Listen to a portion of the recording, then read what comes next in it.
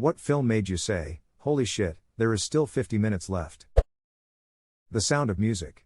They get married and I said that was a nice ending and my wife says the Nazis haven't arrived. Pearl Harbor. There's the climactic attack on Pearl Harbor. It's explosive and tragic. So many people getting hurt and killed. And then, the movie slows down.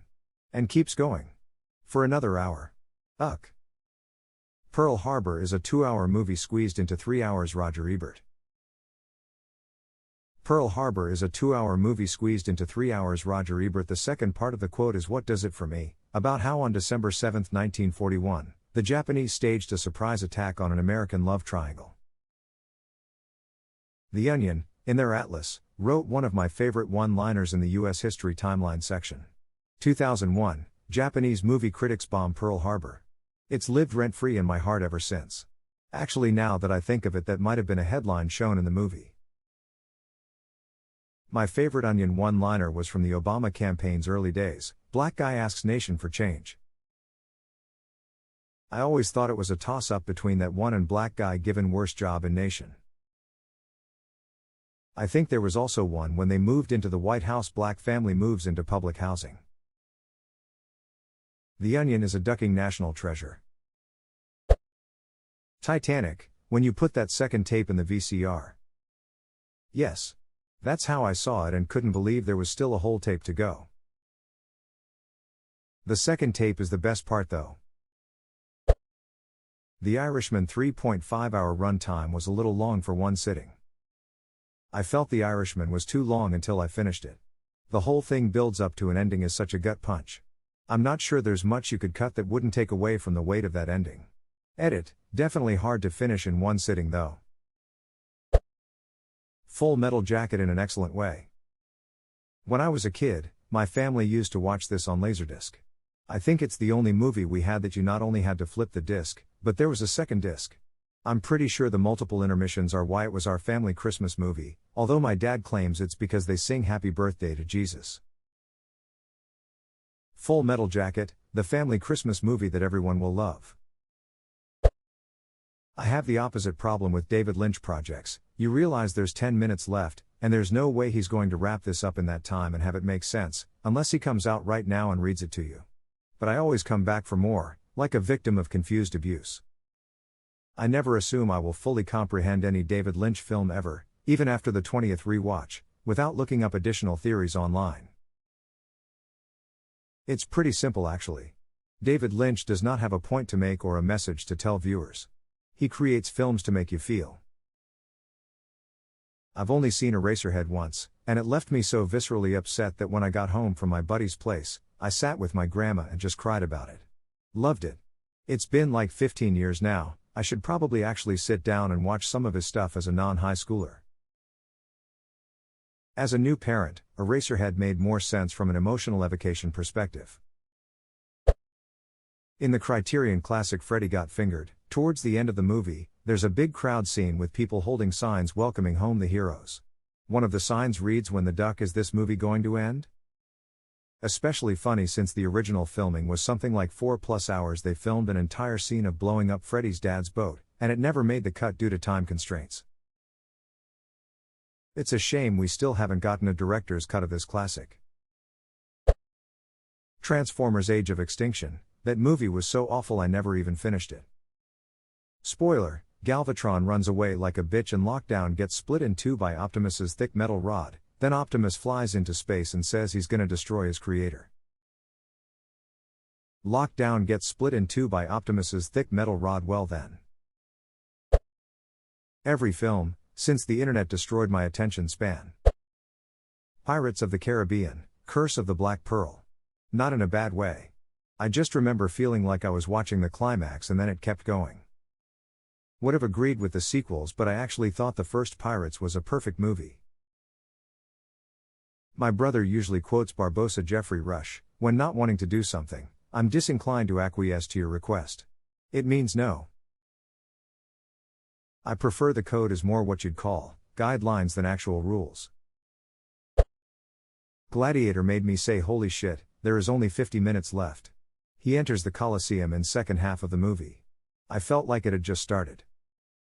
I haven't watched the theatrical cut in over a decade now. The extended gives it room to breathe, better justifies the subplots with Lucilla and with Maximus' old servant, and doesn't drag because the film already has me wanting more. Also gives context to the "Are you not entertained" line, when the slave owner says to him, "You're an entertainer," before the fight.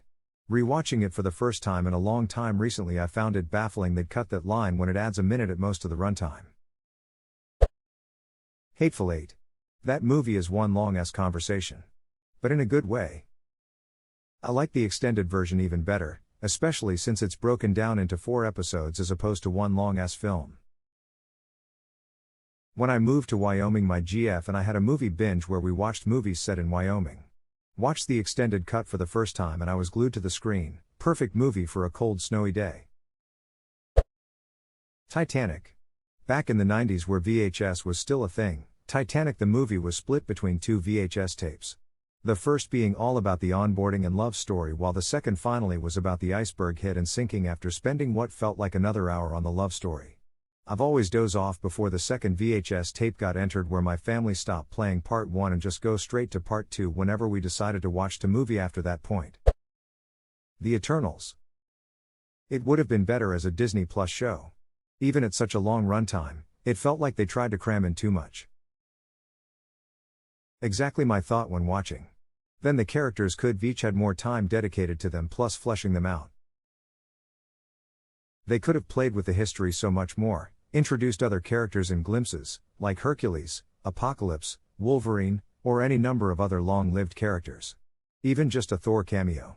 Right now it feels like the Eternals will make little to no impact. Like they never did much of anything at all. Give us a look at how much they have helped humanity over the centuries. A good look. Not the jumbled moments we got in the movie. Give us several episodes to care about any of these characters before you kill some. They are just cardboard archetype cutouts. I can't believe they used Eternals to introduce Black Knight and then just passed on the opportunity to show a previous Black Knight in one of the flashbacks. Black Adam. I know it was only 2 hours, but to me it felt so much longer. My husband and I thought the same thing. I paused it saying, "God damn, how much longer do we have?" And then saw it was 2 hours total. Felt like a glitch in the Matrix or some shit.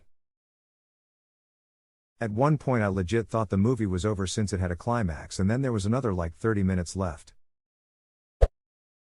The extended versions of The Lord of the Rings. Didn't realize how much additional footage there was. Amazing though.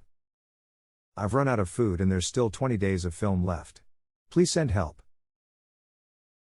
Should have had some lembas. In a good way, Barbarian. Was baffled at the midpoint where the thing you know if you saw the movie happens, lol. Also Skinamarink. As much as the movie has grown on me, the short film version heck just works better. Barbarian caught me so off guard. I was just like, oh shit, I guess Justin Long's in this too? Oh shit, I guess Richard Brake's in this too? Definitely not the direction I was expecting. That moment when the scene shifts to the car driving through the mountains had me actually crying with laughter. It was so sudden. The tone shift was so funny. The part where he finds the extra spaces and starts measuring it made me laugh the hardest. He sees no red flags because he is a red flag. The mix of horror and comedy was done beautifully. Finds a hidden sex dungeon, oh shit, look at this extra square footage. The Dark Knight. In the best of ways. Gone Girl. In my defense, I knew nothing about it and thought it was a rom-com chick flick. Ha! Must have been quite the surprise. Was going through a toxic divorce at the time and went to see this to take my mind off my troubles.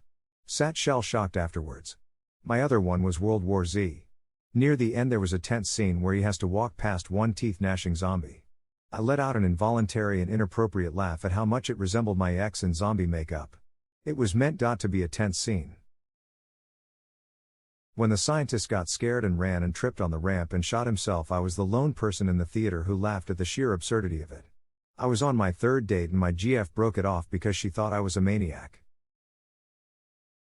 You're not alone. When he runs back up the ramp and slips and falls and accidentally just shoots himself in the face, and Brad Pitt's face just had so much disappointment on it, after they'd spent a good 15 minutes building the scientist up as the last hope of humanity. Hilarious.